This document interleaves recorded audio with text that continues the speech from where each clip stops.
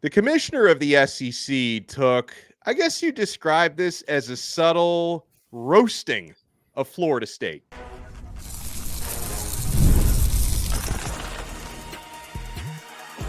You are Locked On ACC, your daily podcast on the Atlantic Coast Conference. Part of the Locked On Podcast Network, your team every day. You know, for anyone who's like, you guys talk about Florida State's legal stuff too much, it's been the talk of every conference media day. It's been, we can't avoid it. It's just in the news cycle. Well, shout out to the everydayers for making Locked On ACC your first listen and your first watch today. We're available free wherever you get your podcasts. We're available free on YouTube. We're part of the Locked On Podcast Network, your team every day. Today's episode is brought to you by FanDuel. Make every moment more. Playoffs wind down. The sports stop sporting like we want them to, but this summer, FanDuel is hooking up all customers with a booster bonus daily. That's right. There's something for everyone every day, all summer long. Visit FanDuel.com to get started. On this episode, we are going to preview Virginia Tech, who is, I think, a low-key, under-the-radar contender in the ACC. Obviously, there are teams that will be favored in front of them, but do not sleep on the Hokies.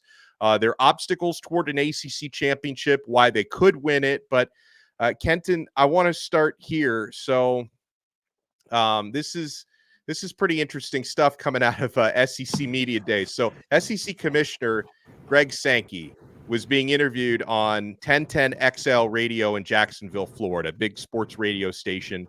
And Jacksonville's right by Georgia, so there's a lot of obviously Florida fans there. There's also some Georgia fans there, and Commissioner Sankey was talking about Georgia not getting into the college football playoff last year. Obviously, Florida State fans, I believe rightfully, felt very snubbed by not getting in, but Georgia also feels like they were snubbed. And Sankey said, quote, Georgia was one of the 4 best teams in the nation, and they didn't get into the playoff, he said. But you didn't see us jumping up and down and complaining and hanging national championship banners, Sankey said. So it's pretty obvious. Without coming out and saying it, the implication is, hey, at least our guys didn't react the way Florida State reacted. Absolutely. And you know what? I think it's a lot easier to say that when it was settled on the field. Now, again, this is one of those moments where I'm going to flatly say that the way I feel about Florida State personally has to go aside here because, again, I care for Florida State a ton, but this isn't me being biased for Florida State. This is an objective truth. An objective truth is Florida State won every game that was put in front of them. They beat everybody that was placed in front of them, period. No ifs, no ands, no buts about it. Georgia did not do that. That's an objective fact. That's not what I think happened. That's not what I want to happen. That's not how I wanted it to go for Georgia. Georgia objectively did not beat every team that was in front of them. So they left room for the committee to have interpretation of what they are not, how good they are not. Florida State, on the other hand, did not. Because I guarantee you, as sure as Sankey is talking all this and all that about, oh, no, we reacted like big kids and they were one of the 4 best, but we held our heads high. Yes. Of course you held your heads high because you had not one, but Texas as well as not an SEC team. So 2 of your member universities who are going to be in it were represented. 2. So, of course, it's easy to say, hey, we didn't mope about it. We weren't sad about it, as opposed to a university who there was no other representation. There was nobody else there. They did not get a shot because, again, if it was settled on the field, Florida State belonged. But if it was settled somewhere else, if it was settled through recruiting battles, if it was settled through who rivals thought is the best team, who 24/7 thought is the best team, who On 3 thought is the best team, if it's settled through who ESPN recruiting thought is the best team, then say that and let's leave it there. But in the world where we play the games and let it happen, there was teams that left wiggle room. There were teams that did not. Florida State is firmly on the did not side. So Sankey, and I'll now take it to the point of, I talked about the past a little bit. Let me talk about the future. This reflects very poorly for Florida State because one of the 2 viable options for you to get more money is poking fun at you. Yeah. After the other one for them. Yeah. After the other one has said repeatedly all this week. They have screamed up and down to everybody who would listen, we don't want them. This is like when they say the worst your crush could say is no. And she's like, ew, who is this weirdo that's trying to talk to me? The worst she can say is not, in fact, no. It's not, because the SEC and Big Ten have been talking out the side of their neck about Florida State all week. I feel bad for the folks in Tallahassee right now. Yeah, and that wasn't the only thing that Sankey said about Florida State. And it's funny because I'm watching all these Greg Sankey interviews, and like, some of these hosts are just like throwing out, hey, what do you think of Florida State? Where like they should know he's got to be very careful for obvious tampering reasons. So I was watching this interview on Next Round Live where they were talking with Sankey. And at first the host like flat out asked him like, hey, what about adding Florida State? He's like, I don't know what you're talking about. Like, he was very funny and coy with the way that he handled it. And then they kind of rephrased the question about conference realignment and adding other teams. And like, so Sankey, it's very clear, obviously, that he's in constant communication with the 16 university presidents and chancellors within the SEC because he's their mouthpiece, right? And he references like, our chancellors, he said, do not want to be involved in any entanglements legally when it comes to realignment. So I know that you could hear that, and maybe the reaction is, well, hey, that means they could definitely be interested in Florida State. They just can't say it out loud. I guess maybe. But then Sankey also said something, Kenton. This was the money quote of that interview on Next Round Live. He said, in talking to the 16 member institutions, now the SEC is up to 16 after adding Oklahoma and Texas. He keeps saying how happy they are at 16. And he said, quote, they tell me we're not going to take our piece of the pie and slice it into more pieces because, yeah, the more members you add, the more money every school has to split with somebody else. So it sounds to me like Sankey. And then the other thing people bring up about the SEC, and I still think Florida State and Clemson could very well end up in the Big Ten. I'm not ruling that out despite all this noise, but I definitely don't think it's going to be the SEC because another thing people bring up is when it comes to the footprint of the conference, they're already in the state of Florida and they're already in the state of South Carolina. So the Big Ten would need these universities more if they really want to expand their footprint coast to coast and expand their footprint into SEC territory. The Big Ten needs these schools more than the SEC does. And then Sankey says it right there, Kenton, something you and I have been saying for weeks. You have to get these schools to agree to split up their piece of the pie to add another member. Yeah, this is tough. This is honestly really tough. They're at a really, because when you look at the other brands that the SEC added, Donno, how many teams did the SEC add this offseason? 2, right? Yeah, Texas and Oklahoma, correct? 2. Yeah. 2 of the most historic brands in college sports, besides the fact that they have been objectively mid up until this last year, except with the exception of Oklahoma. They won a ton with Cliff Kingsbury, sure. But Texas has been very mid to the point where, there was a lot made about a horns down signal and whatnot. Like that's objectively.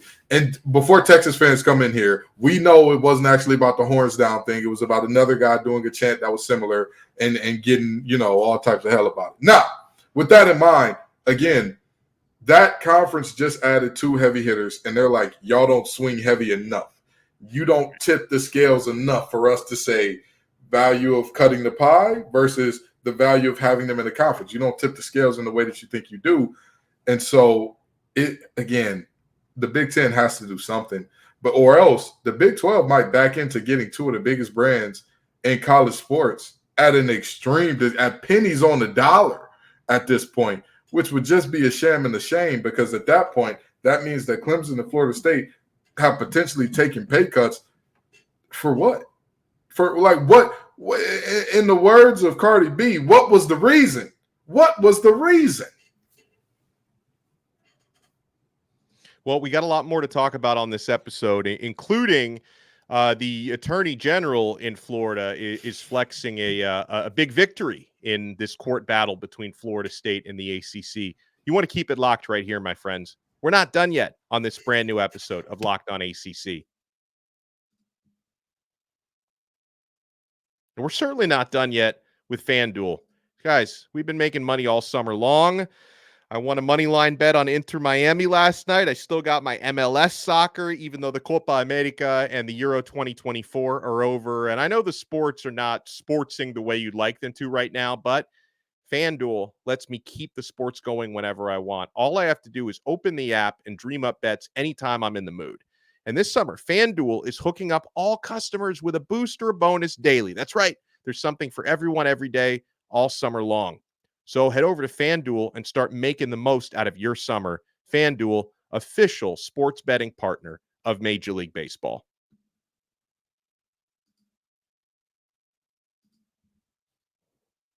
Thank you so much for making Locked On ACC your first listen and your first watch today. So, Kenton, it's crazy how ACC teams and conference expansion have been topics already at Big 12 media days. And I love how the Big 12 commissioner, he doesn't seem as concerned about tampering as these other commissioners are, because he'll talk about whatever, Brett Yormark, but it's been a big topic at Big 12 media days, further expansion. It's been a topic at SEC media days, even though Commissioner Sankey is shooting it down left and right. We've got Big 10 media days and, of course, ACC media days next week. I cannot wait to hear how Tony Petitti of the Big 10 handles questions about this, and how Jim Phillips of the ACC, who's probably the most boring out of the four commissioners, but I want to hear how he handles all this. I don't know what I had done in my past lives, or whose life I inflicted pain upon for this to be the first media days in almost 5 or so years that I have not, or that I won't be able to attend. Very, very hurtful stuff there, because I want to see the look on Jim Phillips' face. I want to see the countenance of all these different head coaches when talking about, hey, this is what's going on, this is what's happening, this is what it is. Because we have so many dynamic things to talk about with so many of these coaches, or these coaches and Phillips, especially Dabo, Norvell, and Phillips, right? Yeah. For Norvell, my brother in Christ, they are slapping around your brand on national TV and celebrating it. They're doing this for sport, by the way. No obligation to slap your brand upside the head. They're just doing it for kicks and giggles at this point. How does that make you feel? What's going on there?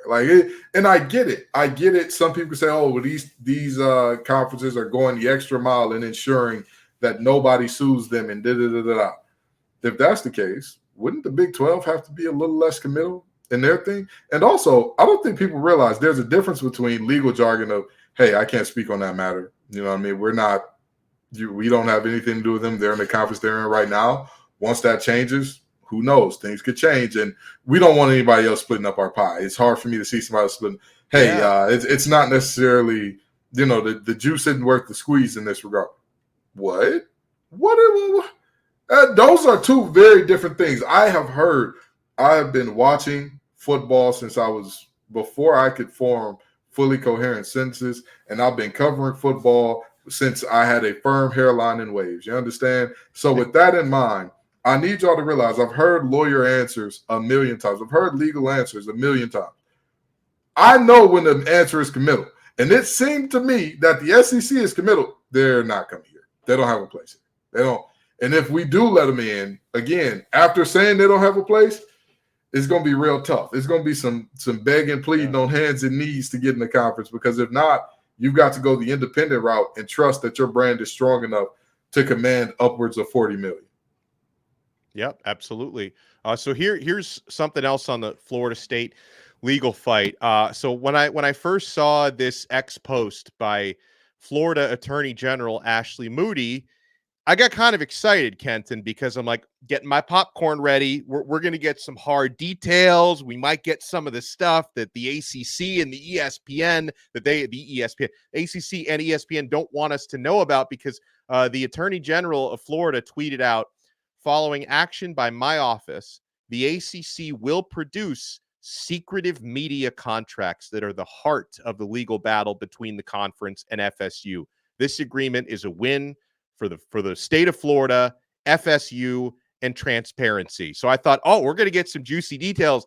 Then I come to find out she's basically just flexing for political reasons, because we also get this from Pete Nakos of On3 Sports, that Here's the statement from the ACC, Kenton, on that note. The ACC respects the public records laws of states where we have members. However, as a private nonprofit association formed and operated by public and private universities from across the country, we do not believe that our own records are subject to those laws. Both parties being the ACC and FSU, while fully preserving their legal positions, have reached a solution which will include the voluntary production of certain redacted documents by the ACC and the Attorney General then dismissing its lawsuit.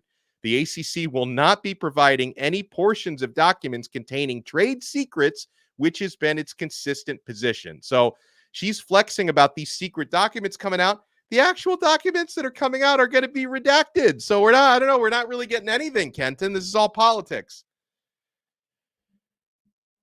You're muted.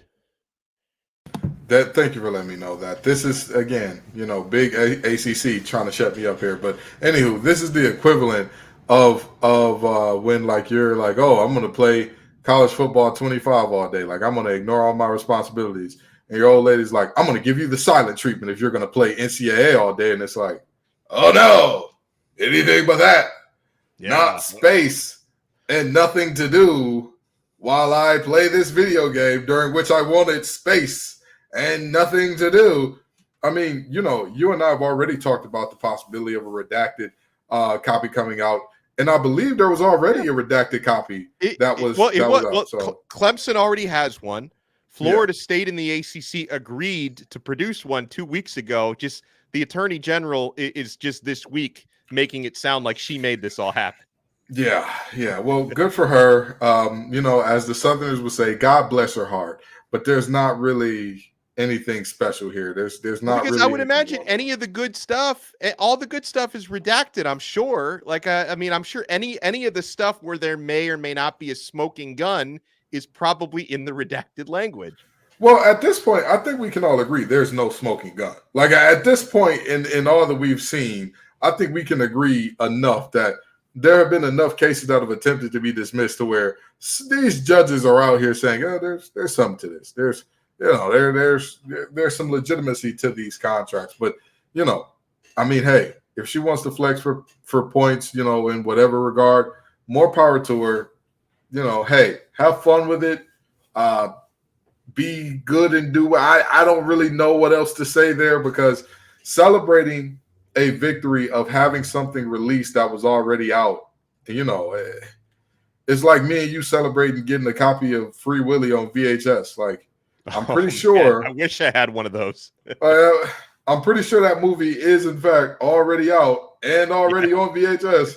I'm pretty sure it's at your local thrift store. Like, when we were kids, everybody had copies of that movie. So I'm sure there's a few floating around in thrift shops. But you get my point.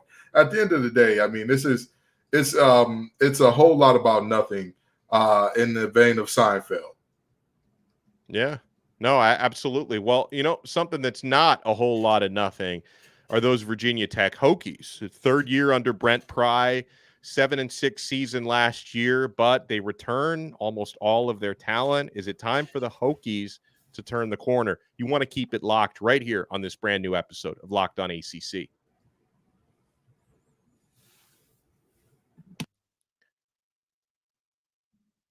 Thank you so much for making Locked On ACC your first listen today.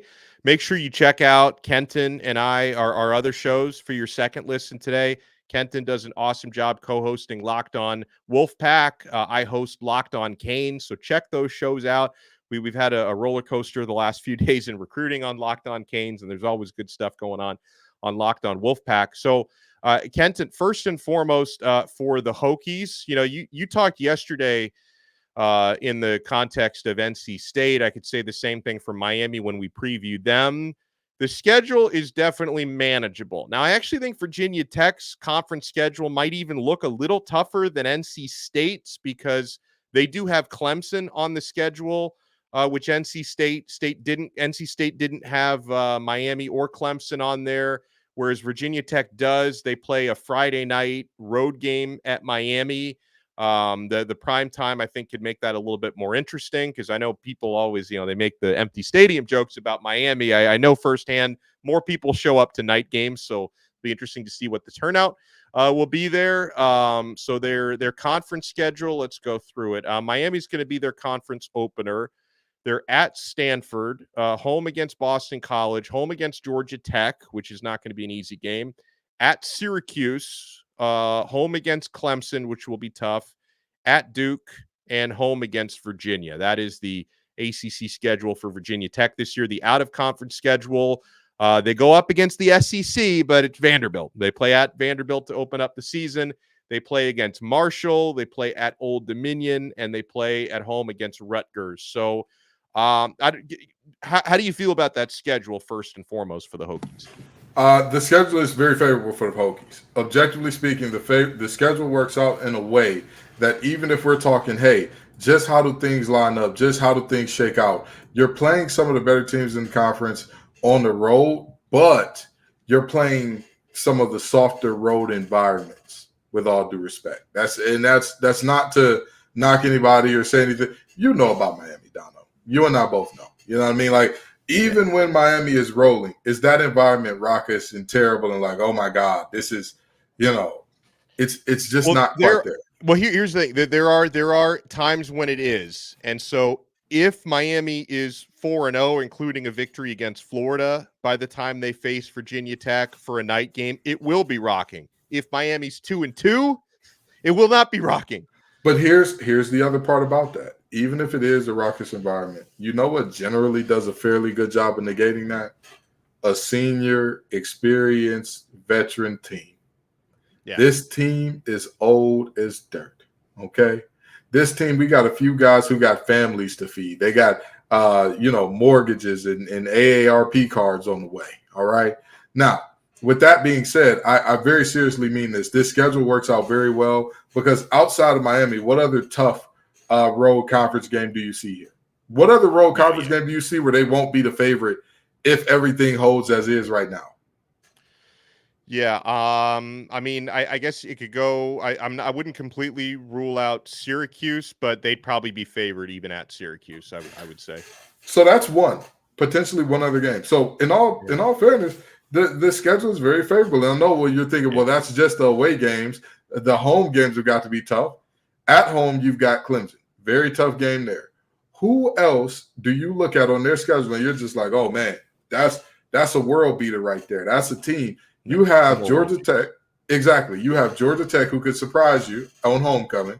And then other than them, I mean, obviously the rivalry against UVA is like, hey, all bets are off.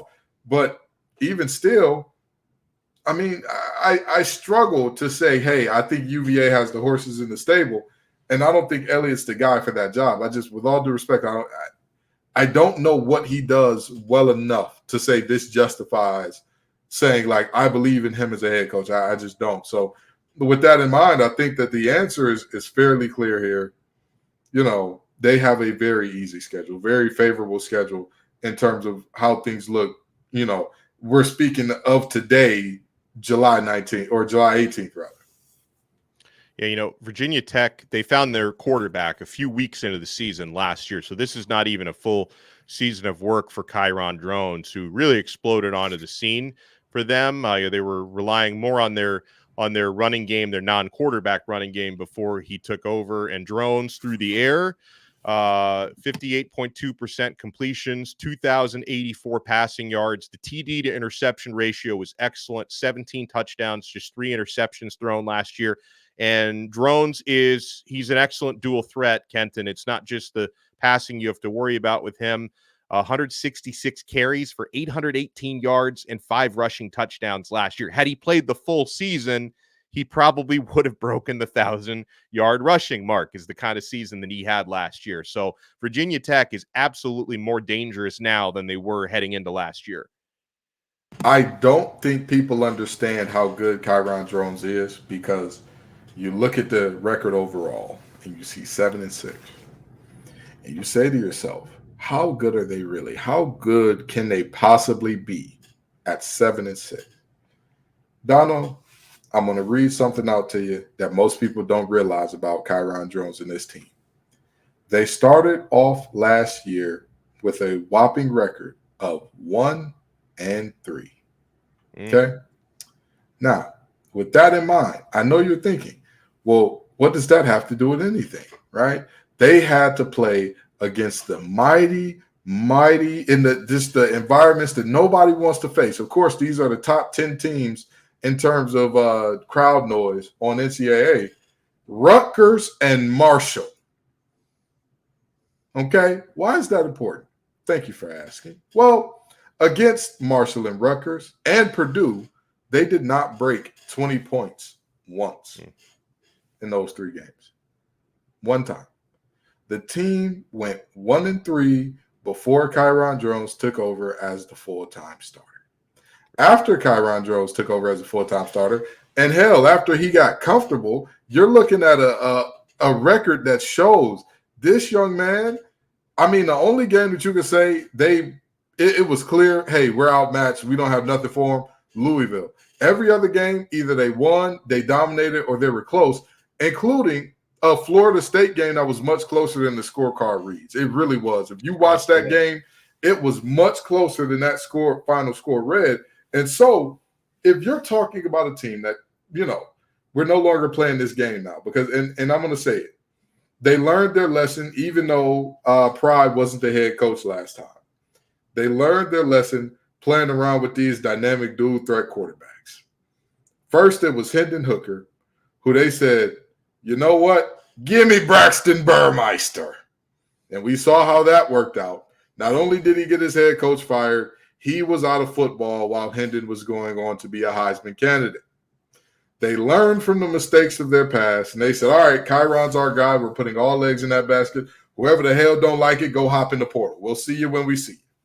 And I think that him plus a running back in Byshaw Tootin that's electric every time he touches the ball, plus a receiving core that, again, most of these guys, most of the top guys from last year are back. They've only gotten older, bigger, stronger, faster, on top of a defense that, they're swarming. They're a swarming, extremely active defense. This could definitely spell out a potential surprise appearance and possibly even a win, depending on how things break in Charlotte for the Hokies. So what about the obstacles? Because it could be something defensively for them, Kenton. And I know that they did bring in a couple of defensive tackles in the portal. Now, Virginia Tech was excellent against the pass last year. Now, a lot of that had to do with teams being able to run on them without much difficulty, but they were 4th in the country in fewest passing yards allowed last year at 168.8 yards per game. But are they big enough and stout enough on the defensive line? Because remember, the ACC is going to be a good running conference this year. NC State, excellent running game. Clemson's going to rely a lot on the running game. North Carolina with Amari and Hampton. Miami with Damian Martinez. So can they hold up?